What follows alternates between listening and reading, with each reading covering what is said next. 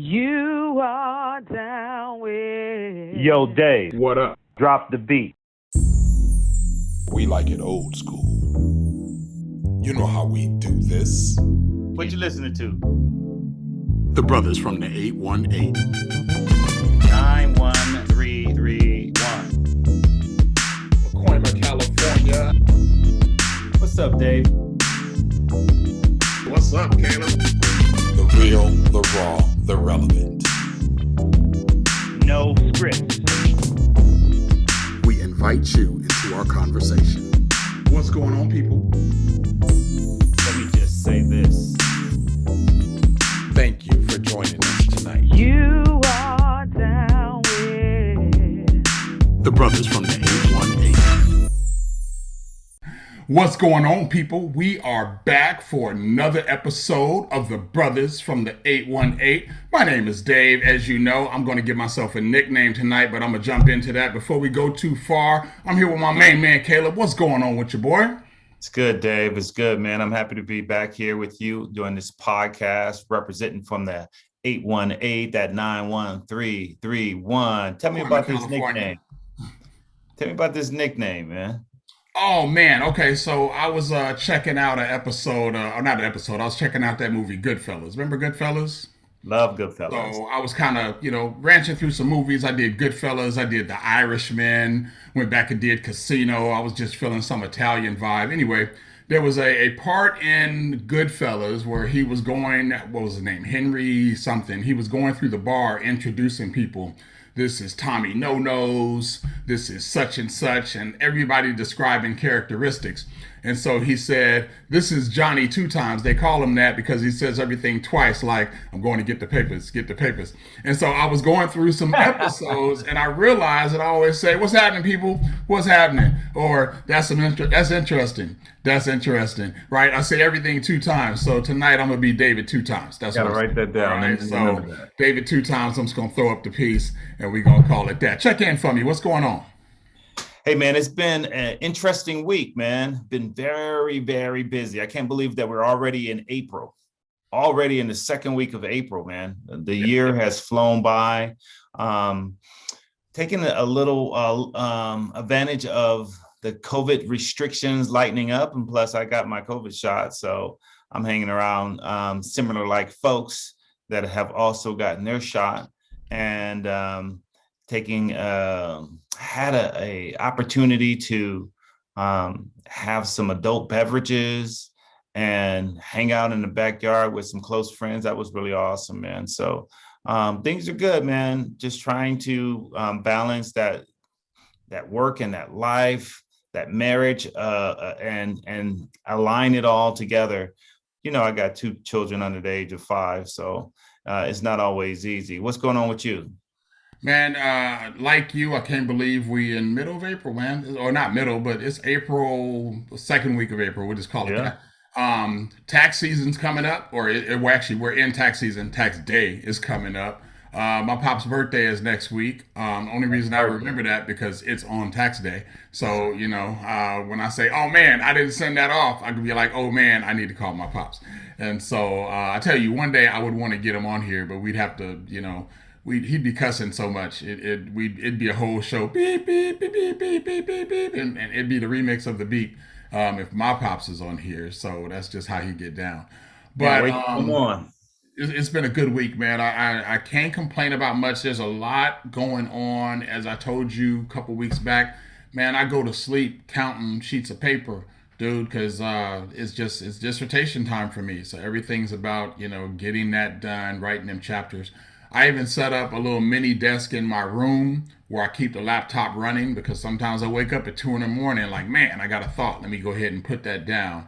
And I, roll over and go right back to sleep. So benefits of not being married, ain't nobody to tell me to get my behind back in bed. I can kind of make my own schedule and do that. So I'm a grease that wheel while I feel like you're taking a shot right now. I feel like you're taking a shot. A little bit. Things are good, man. What's happening this week? What's the old boy's name? Derek Chauvin. He's on this week. And I think we're in the second week and I've heard all kind of stuff. Honestly, I don't have a lot to say other than as it's going on, I'm seeing, being reminded of the tilt that exists if you are not a white person in this country. Now, before I would have said that differently. I would have said the tilt that exists being a black man, right? Because we know that's true. But it's spreading, and black, brown, they've been feeling it. Us and the Latinx, Hispanic population have felt it in this country for years upon years.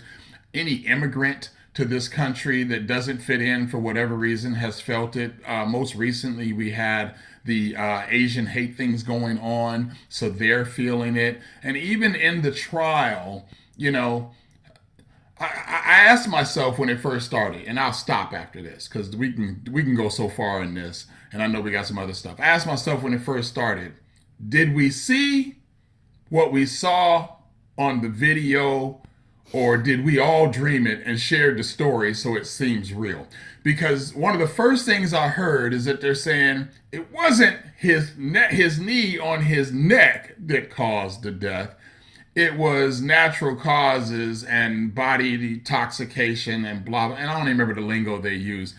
But I grabbed the yellow flag and just threw it, man, and said, I'm out, right? Because now, as I said, I'm back to the point I made 6 months ago, 7 months ago, that I don't care if he gets out of jail on bail, right? I just want to see, I want to see justice served. And so I'm standing back. I just want to see justice served. What's up? The spin is real, and it's a hot topic for me because the defense is really weaving a web that is not accurate. And I have issues with the judicial system because we've in our Black community, we've seen this far too often, right? What you saw on that video is what happened. Okay. And it wasn't the drugs in his system. It wasn't his mental health. It wasn't any pre-existing conditions. It was the weight of a man on his neck for more than 8 minutes that caused that man to die. And I'm really pissed off. And the defense is bringing up all these excuses or trying to throw or muddy the minds of the jury for all these other considerations, when the biggest consideration is the man was alive. You stood on his back, on his neck, wouldn't let his chest expand, and for him to exhale and gain another breath for 8 minutes, and that's the cause. Right. Enough of it. Stop playing. I got you. I share your anger. Like I said, we probably gonna touch on it a little later on in this. I'm just watching. I'll just watch and see what's happening. So anyway, good checking in with you, brother. As always, we got another winner tonight, man. We got a guest that we've been talking about for a while. We got an opportunity to chop it up with him a little while ago. You know him a little better than me. Why don't you go ahead and introduce our special guest tonight? Well, Eddie, can you hear us? Well, thanks a lot. Name's Eddie McGee from Bakersfield, California. Grew up playing sports and whatnot, and a father of two. Just trying to be a good guy during this pandemic time. Retired dock worker, and I got hurt working. And since then, I just pay attention to what's going on in the private sector and try to be a positivity to the neighborhood, such as I get involved in plays, and I write, and I write poetry for the plays and whatnot at the senior center at the local center over here. And it's a really good blessing to have. When the pandemic gets off, we're going to be doing a few plays. So, they sing and dance. So I just write and MC, and they kind of call on me when they need things, and I'm very happy to do it. I think you've been a little kind, man.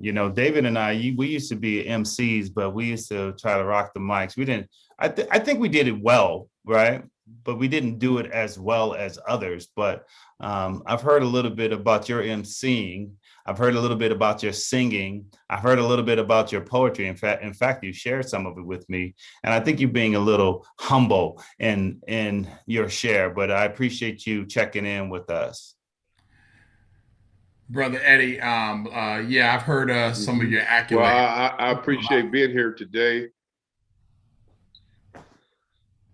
All right. All right. I'm gonna pull some of those accolades out of you, brother Eddie. I'm letting you know, but I'm trying to look a little closer, brother. Are those pool balls on your shirt? Because if they are, you better be a pool shark, man. What's up with the shirt? Yeah, they actually are, and they're the right colors as well. Okay. All right.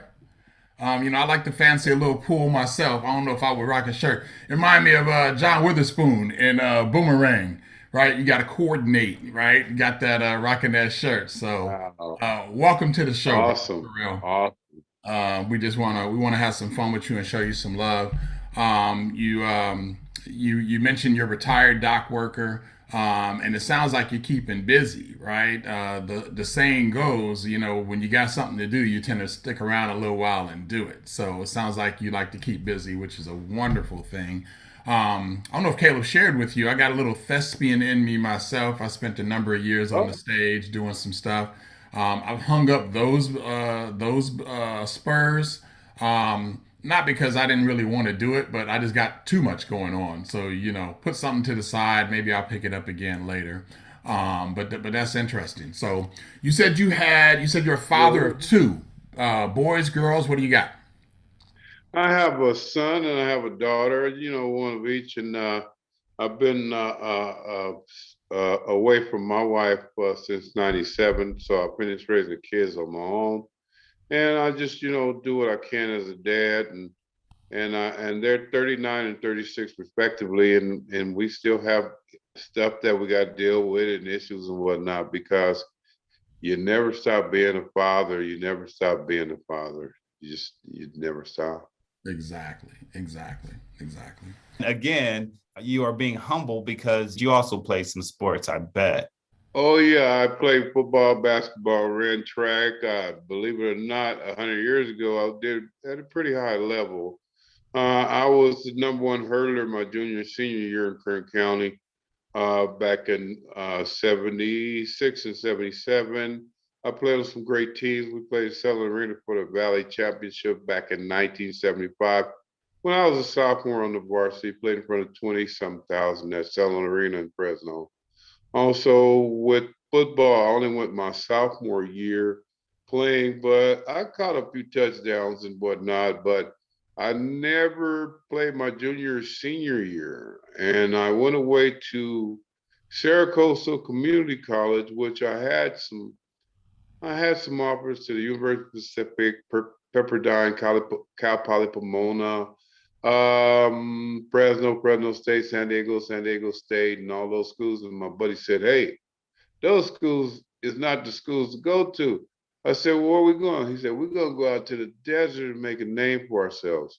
Now, mind you, we that school only won more than 3 games, so it'd be ludicrous for some young kids to go out there and think they could change it. But little did we know, when we got out there, it was four more guys from Chicago and New York. We battled like like like like bulls every day, just battling. The Bakersfield kids in practice always played together. The Chicago, New York kids in practice always played together. And we would try and kill each other. And then they did a conglomeration of those 8 kids to make a nucleus of a 5 that was awesome. And we won our first 3 games, 6 games, 9, 12. We won our first 18 games. We played in, believe it or not, we played in the Final Four of the junior colleges in 1977, 70 school year in front of Spruce Goose and the Queen Mary at the Long Beach Arena in front of about 24,000.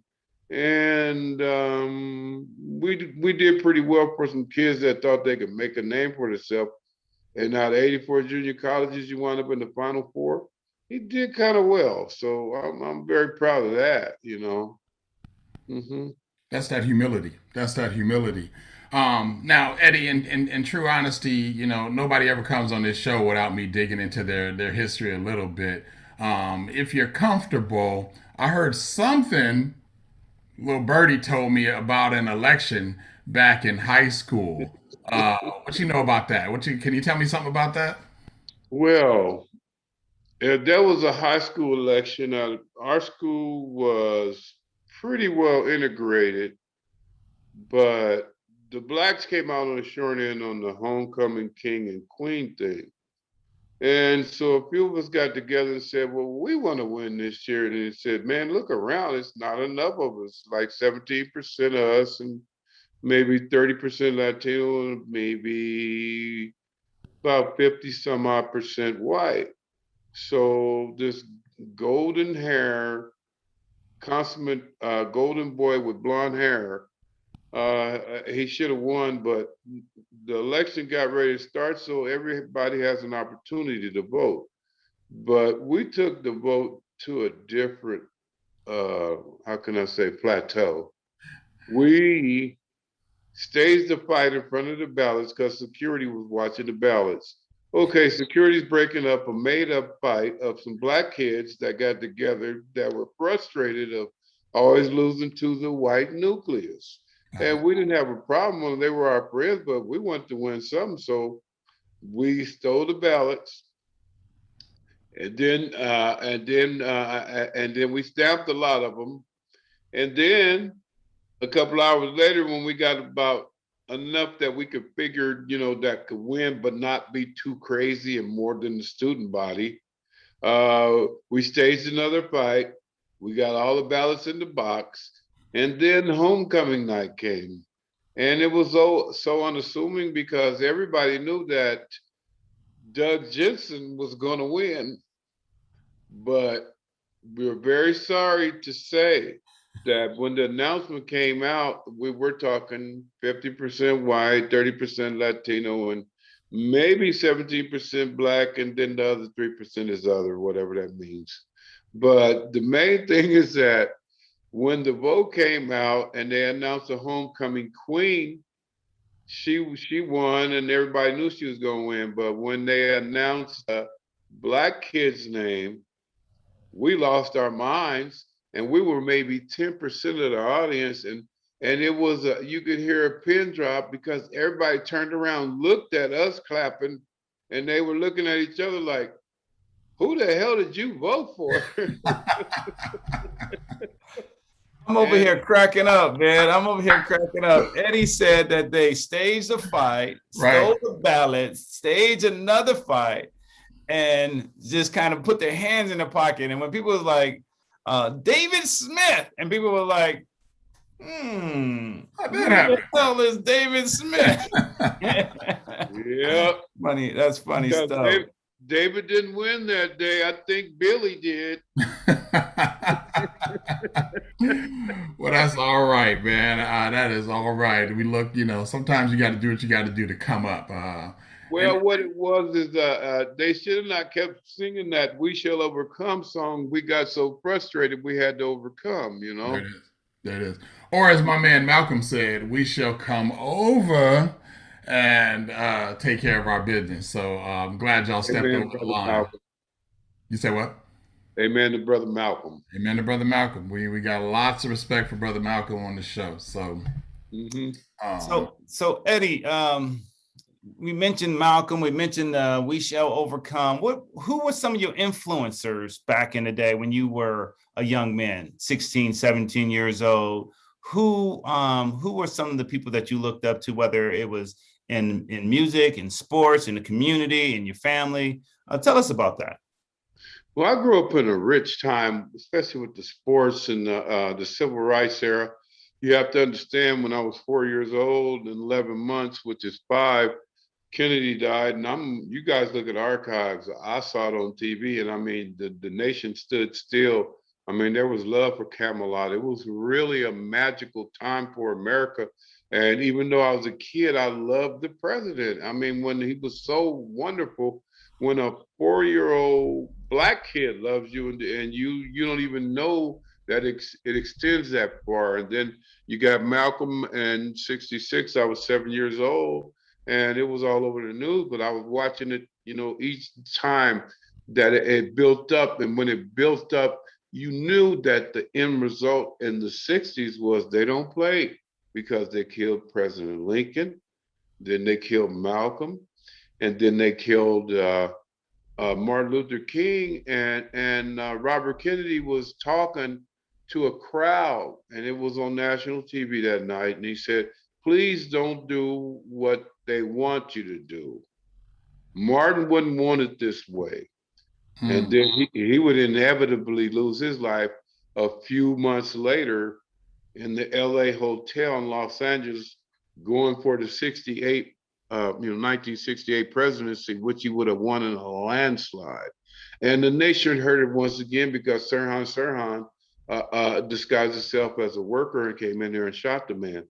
And I mean, the Kennedys were so past the evolution that we were used to that it was a magical time and everybody felt that. But also, we were segregated. We were segregated in a deep segregation. When you go to the park, one of the reasons why I feel I was an athlete is because of the system. And let me explain to you what I mean. If you go to the park and you got all these black kids, they don't have a father, but it's 5 games on the full court backed up because you got 40, 50 kids out there playing. You want to play World Cups, you're going to have to get out there and earn it with 40, 50 kids playing World Cups. You want to play football, it's 20 kids on each team. You want to be good, you got to outshine every black kid in that hood and be a strong dog to go up against the people that you're going to be going up against. And that, buddy, I got to thank segregation for that because we fed on each other. And by the time we got to high school, we was these vicious animals. I mean, I'm 14, I'm slam dunking, and I go to an all-white school talking about culture shock. I run my mouth all day, and my mouth was shut all day because I had never seen that many white people except on TV. Because I never went to school with a white kid until I was a freshman in high school.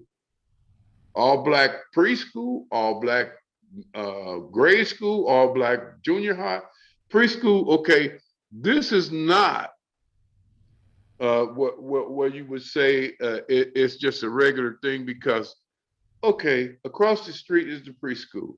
To the left, adjacent to the park, to the preschool, is the grade school. Adjacent 1 block across the street is my junior high. And we're all black kids and we're battling like demons against each other. So when you get to high school, you get a break because you get to play against white kids who don't have to fight for 1 ball, who don't have to be out there 40 deep trying to get 1 baseball. I mean, it's just, it's an intensity that you cannot imagine or fathom unless you went up against it. Then when you survive against that and you go out for the varsity basketball team and you're in the 10th grade and there's 120 some people on the team and they cutting all these people and you come home one day and your big brother gets cut, but you still made the team. I had this much guilt though, I ain't gonna lie. I love him. He was a good rebounder, but he had to play JV. I'm sorry. Hey, thank you for feeding us, man. Thank you for feeding us. I appreciate that. Thank you, Eddie. Mm-hmm. You know, Eddie, my generation, you're not much older than me and Caleb and I, but your generation fought to not have to sit in the back of the bus. My generation chose to sit in the back of the bus. That's where we want to hang out. And as the generations have moved on, the sting of civil rights, the sting of racism doesn't have the quite hit on today's generation. And a lot of that is pop culture, a lot of it is media and so forth and so on. But I say all that to say, I was today years old. I'm 50 years old. I was today years old when I heard the first black man ever be thankful for segregation. So 1, I want to thank you for saying that. 2, I want to thank you for the context in which you said it, that because all of you were together, you fed off of each other. And that's what we're pushing our people to do. That's what what's her name? Stacey Abrams did in Atlanta. Yeah. or in Georgia, pushed Get her that foot people to out. feed off each other to get strength to come to a common goal. And so that, even hearing you say that, is just so powerful. And as Caleb said so eloquently, thank you for feeding us, because again, today years old, and I heard the first man ever, a black man, first man anywhere, but a black man look me in the eye and say, I was thankful for segregation. And then even in junior high, you survived a gladiator academy so you could get to high school and almost skate, right? Because like you said, 14 years old, got some swole on you, you're dunking and this is that and the other. You played that street ball as well as school ball, and it built up something that you don't necessarily get in the country clubs. You don't get playing, by NCAA rules. You don't get playing by, whatever the rules are for schools. So I really appreciate your wisdom and insight in saying that. Well, I sure thank you. Like I said, it was monotonous. It was crazy. But when you got in high school, it was like, oh, white kids, this is a break. And then they like, they're loving you because you're dunking. And like our whole first five, when I was in junior high, we was all grabbing the rim and dunking. So it wasn't nothing else. I got to high school with the same show, same bag. And I mean, they loved me to death. And by my sophomore year, I'm dunking on our all-city center who made MVP of the league. But every day in practice, I was whooping his butt. But when you're a millionaire, you still start. So I still got to play a lot my sophomore year, but junior year and senior year, I started. But Charlie McWhorter was the staple at that time. Wherever Charlie is, he can get on his own podcast. We're celebrating you tonight, brothers. So, Yeah, Okay, well, man. God Yeah. bless you. Thank you so much. Hey, David, 2 times. I'm gonna use that all night, man. I just love it. Let's get the papers. Eddie, I thought you were gonna, you and I, I asked you before about some of your favorite musicians, and I know that in the past you talked about how James Brown and Aretha Franklin really changed the way that you were looking at your life when you were a youth. Talk about that. How did that play out for you? Oh, it played out pretty good for this reason. Like, me and my brother, we was always tight and all our friends and stuff, but we were just all running around. And when Muhammad Ali was the lead boxer, everybody bought every last gloves and we're beating the devil out of each other, 20 project kids in the backyard. And if you say something wrong to somebody, fight. And then along comes James Brown. I'm 10 years old. My brother's 11. All our friends, we're still hanging out. And it says, hey, say it loud. I'm black and I'm proud. And everybody was like, whoa, man, he crazy. Say it loud. It's like 1969. I'm 10 years old. So we was walking around and then we was putting them fists up. And hey, back then, Black Power meant a lot. It rolled through the neighborhood. I mean, it was something awesome. It was before any kind of drug addiction or anything else in the neighborhood. The neighborhood was a nucleus. The neighborhood was strong. And it was due to James Brown came out with Say It Loud, I'm Black and I'm Proud. And then Aretha, right around the same time, was like, respect, just a little bit. Come on, give me RESPECT. And then the black people was like, yeah, I need my respect. Yeah, say it loud, I'm black and I'm proud. Then one more Black Power, brother. But don't play with it. It's real. We out here real because we had to do things that this generation take too much for granted and give to other cultures as opposed to clinging to each other like we did during the hard times. Because I've seen the hard times and I used to hear stuff like, well, you see a black man, he's walking around and he's in his 60s and he's kind of lumbering and laboring, but he's trying to make it, and you look at him and you say to yourself, you know what? I bet you that man been through hell. And you are so correct because we were the first generation that actually fought for our civil rights. I mean, like this, for this specific reason. Black and I'm proud. Give me my respect and meet me up on Chester Friday night. And we can handle this. There's no problem because along with that Black and I'm proud, I was smart enough to train at the boys club to be a pugilist, which is fancy for a boxer. Thank you very much. I got you. I got you. No, and honestly, I don't look at your generation and say you've been through hell, but I do look at your generation and say thank you for your struggle. And what it does is it just makes me want to grab a pillow and sit at your feet, man, and just get some wisdom, right? And that's one thing Caleb and I have in common: that old soul, right?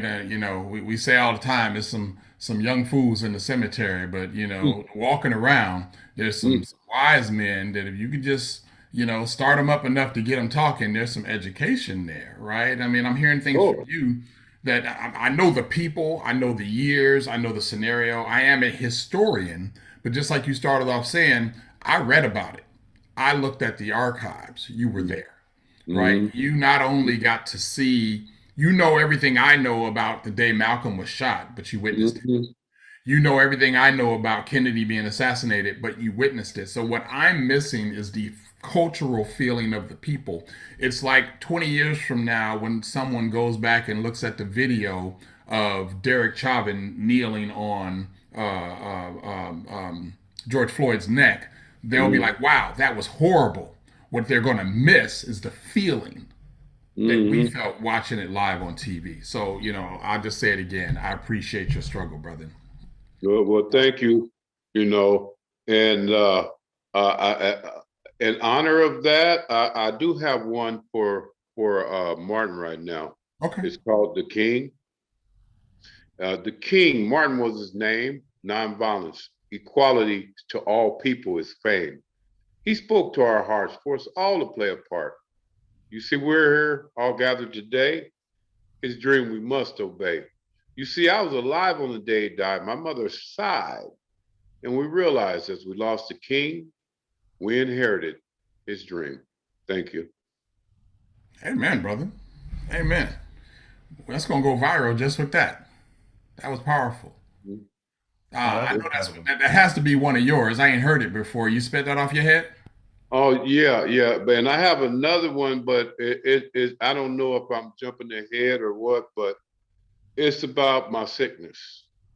Okay. You haven't talked And about your sickness, so go ahead, man. The floor is yours. okay, well, it's a poem about cancer, and excuse some of the words might be a little blatant, but I don't mean to be. It's just how I'm expressing myself and how I feel with my disease. Cancer, you piece of shit. How did I get you?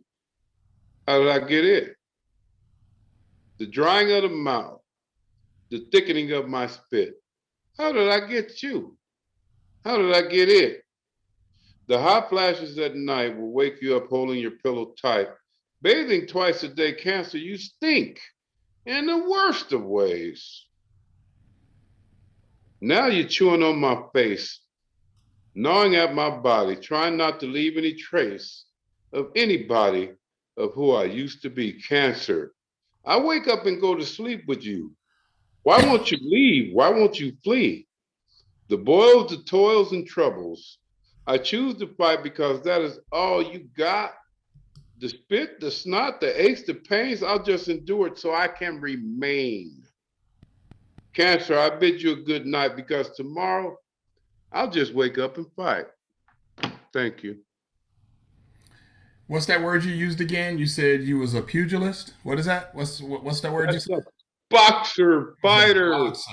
Man, so you have cancer, and the poem was. I got no words for the poem. I don't feel like I could give you an accolade that would do it justice. So I'm just not going to comment on that. Thank you, But David. fight on, brother. Thank you, Fight on, David. right? Like I said earlier, people who got something to do tend to stick around and live and do it. And you got some training, putting on them everlasts. Yeah. Keep swinging, keep Mm, swinging. thank you. That's powerful, man. Thank you for sharing that. Thank you for sharing that with not only us but with our audience. Thank you, David. Yeah, thank you for blessing us, man. I wasn't sure on whether or not we were going to talk about that because we want to talk about the man that's in front of us. And with you bringing it up, is it okay for us to ask you a couple questions about No problem. I the mean, fight? It's just like, okay, a lot of people, they get sick and it's a cold or whatnot or whatever. Cancer is way different. You get the flashes and the poem. I gave you some of the things. It's a little more to it. Like right now, I'm going through hot flashes, but everybody got problems, and I got a cold glass of water. So my issue is not the disease, it's combating it and just being strong and being an example for my kids and whatnot. I don't have time to cry. I live by myself, but here goes the deal. How many people you know live by themselves, going through radiation, cancer, blood clots, type 2 diabetes, neuropathy, and I'm losing a little bit of my hair. But other than that, I guess life's pretty cool. Yeah. Yeah. Boy, Caleb, it might look good on you, brother. no, I'm not doing it. Yeah. In no way am I making light of your situation, brother. I'm Yes, not. sir. No, no problem. Um, Understood. and I like what you said that I'm not living with it. I'm combating it. That's Yes, sir. powerful, right? Mhm. We talk about memes every once in a while, right, Caleb? And there's a meme that I remember, and it says, "Be the type of man that when your feet hit the floor, the devil says, 'Oh man, he's awake.'" Right?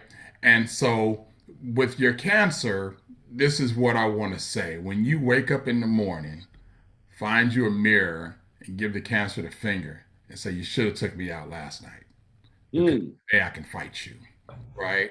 And fight that fight, man. And again, is your fight. I can laugh, I can make light, I can bring joy into your life. But I know, and it has to be true that you're gonna have some good days with it. You're gonna have some bad days. There's daily fights where cancer's gonna kick your behind some days, right? Mm. And you get up the next day and you say, "You should have killed me last night because Mm. I'm back," right? My Mhm. mama used to say, somebody's only gonna kick your behind so many times before they get tired of whooping on you. They're gonna let you win, right? Yes. So treat it just like that, man. I pray that your days on this earth are not numbered and that they continue to be long. The word tells us that if you can count the grains of sand Mm. on the ground on the beach, then you'll know how many days we have left. I'm paraphrasing because I'm really jacking that one up, but I haven't Wow. counted the grains of sand. I'll take it, David. I'll take it. Okay, amen. So wow, that's amazing though. So cancer. How long have you been diagnosed? Well, it came as a Christmas present. It was a boil that was in the diameter of a quarter, and it went all the way down to my cartilage, so you can see my bones. It was like an explosion from because cancer gives you boils from the disease itself, and it affects your skin. And what it does is it can make it blow up. So on Christmas Day, my son brought me all kind of gifts. I'm looking at the gifts, and he looking at all the stuff that happened on the floor. And he said, "Oh no, we're going to the doctor right now. I mean, to the hospital right now." I said, "That's fine, but can we stop at Del Taco? I haven't ate yet." And then we went to the hospital. Oh man, you're a Del Taco fan, and hey, I feel that. It's like, well, yeah, we'll go to the hospital, but I'm hungry, and that chalupa sounds real good. They were chicken tacos. They were pretty good. They were pretty good. Hey, I, you should have. I can't complain. Whoever gave you that Christmas present, you should have told them they could keep it. I don't want it. Well, there were no takers, uh, basically. Yeah.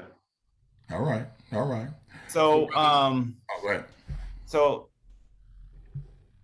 my guess is we talked about, or I shared that really today's podcast was really about celebrating your life. And Okay.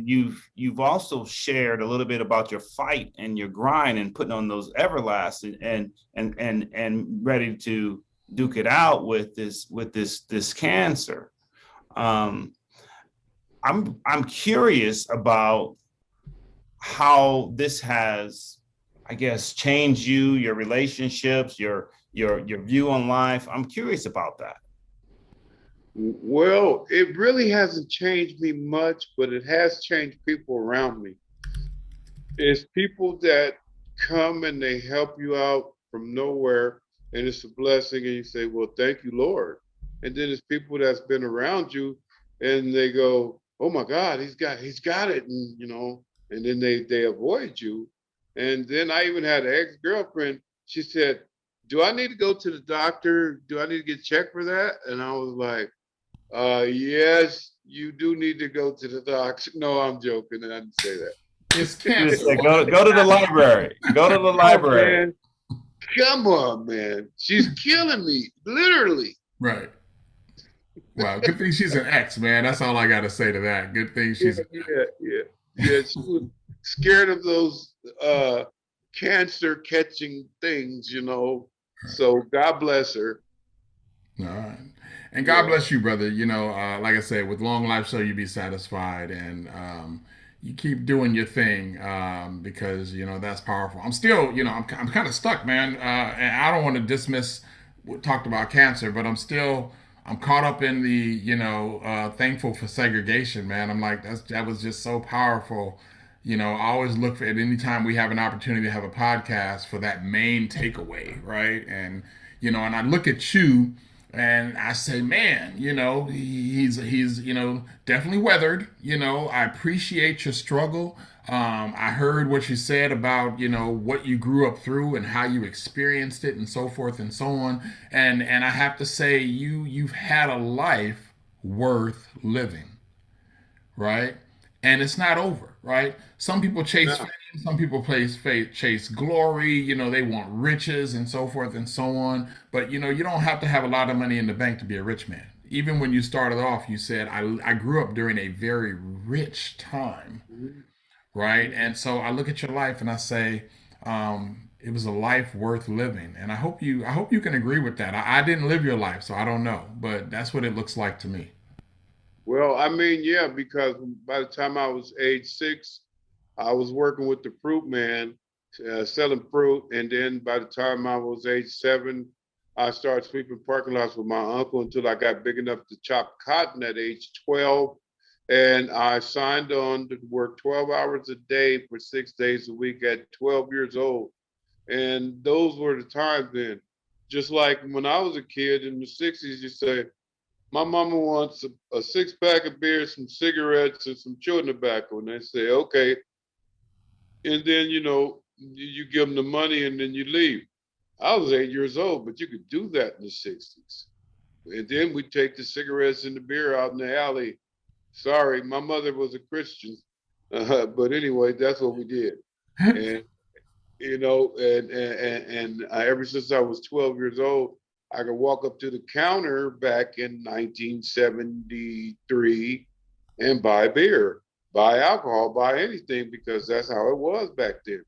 And I'm glad they straightened that out, because I think our generation did way more stuff to get screwed up and were allowed to do it, which played a lot. And then, other things came into play that really messed with the Black culture. But we really have to cling to each other now. Not only are we faced with a pandemic, not only do we have 10 million Americans out of work, not only do we have the border being flooded with people, and my opinion on this, and I'll leave it alone because I don't want to get too harsh. If there's, do the math, there's 10 million Americans out of work who's trying to find work, but you're steadily funneling in other people. I feel that everybody is granted a chance to be in this beautiful country of Estados Unidos, but legal is the way, because Americans, and I mean that in a American sense as far as countrymen, no color, just a conglomeration, a real melting pot of people being able to work, because Americans at any time, such as now, such as 100 years ago, such as the Great Depression, need to be working to have fulfillment and to also be able to give back to the community and go out in the community and disperse their money and their goods, so that we can get back to where we were, because we're far from it. The pandemic has taken away a lot. I live in a bubble. I live upstairs on the top floor by myself, fighting cancer, radiation, everything else. But the pandemic has taken cancer has taken a back seat to the pandemic. It's still lethal. It still kills. It still does all type of things to you. But you got to kick back because now the pandemic's here. So my thing is, I just don't want to be locked up in an apartment and not really able to go anywhere. And I'm this sick because I did have a few things I wanted to do. But my main thing is I just want some pajamas to fight cancer in style. I don't want no money or nothing. If you want to give to the Cancer Society, great. If you want to give to any type of entity, great. But I'm tempted to give my address, but if it was some way that somebody could send me a pair of 3X pajamas, you would make my life so much better just from that because every time I put on a new pair of pajamas, I look at them and I think about the person that gave them to me and I go, oh, it feels so good. It really does. But back to you, Dave. You got me cracking up, Eddie. You got me cracking up. I think you kind of touched it a little bit about the legacy. You know, I was thinking legacy questions. What would you like to say to those of us that are still coming after you? You know, David and I, David's 50, I'm 49, but we have a whole bunch of people coming behind us. And before we close, we would love to hear any advice, any wisdom, anything you would like to share to that population. Well, I think the world, and especially the one that we live in right now, needs a lot of prayer and hope and praise. And I hope the best for America. Also, I hope the best for the Asian community. I had a friend the other day that he's my pharmacist, but he's an Asian guy, and he gave me my first vaccine the other day, and I looked at him and I said, you know what? I said, I'm sorry, I have never looked at you as an Asian. He said, well, what do you look at me as? I said, I look at you as a good man, and you are, and you've been good to me for years, and I've never had one discrepancy here. I've just had respect and respect given. And as far as our community is, we need to cling more now than ever, not just because of George Floyd, Breonna Taylor, and Trayvon Martin, and many others. It's because we are hunted. We are the most loved and the most feared. You'll watch the basketball game, but if you saw a black man that big in the alley, you'll run for your life. And he's the one gonna pick your wallet up and hand it to you.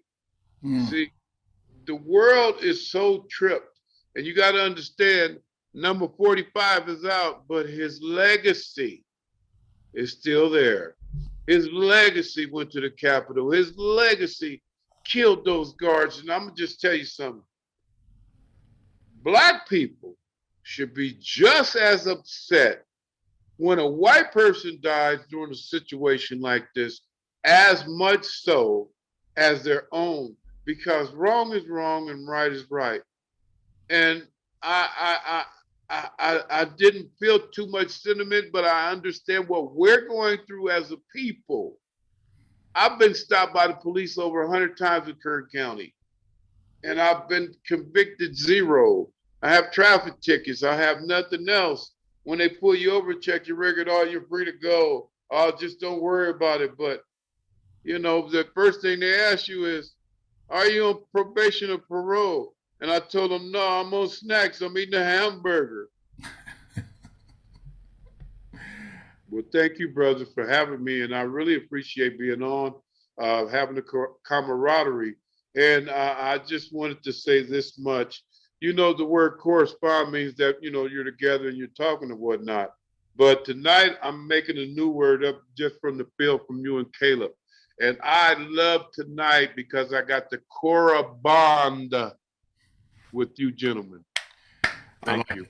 I like it, man. I can't wait to put that on the broadcast so people can hear that.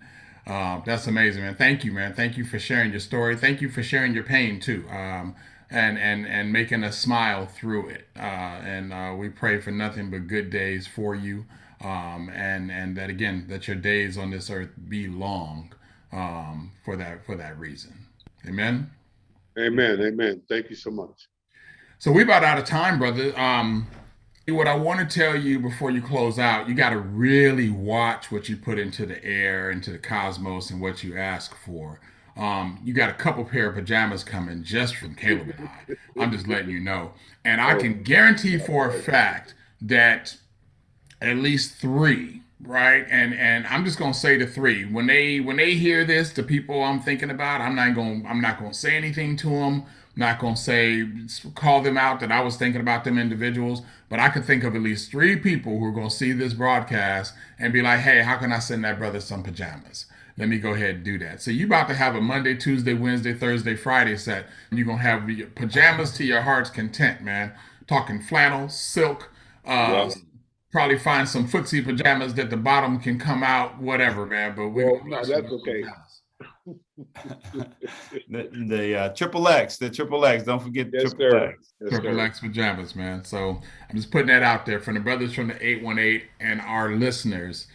You will be blessed. I'm not gonna put your address out there. I'm sure Caleb knows where you live. They'll get in touch with us. We'll let them know where to send them, and that's Wow. coming your way. Amen. Awesome. Thank you, Dave. Thank you. Well, we are the brothers from the 818 that you were listening to, and we welcome our honorary brother from the 805. We got to get you some swag as well. Brother Eddie McGee, Wow. we thank you Wow. for your time tonight, kicking it with Thank the you. brothers. For the rest of y'all, you can catch us on YouTube. You're probably watching that right now, and Facebook.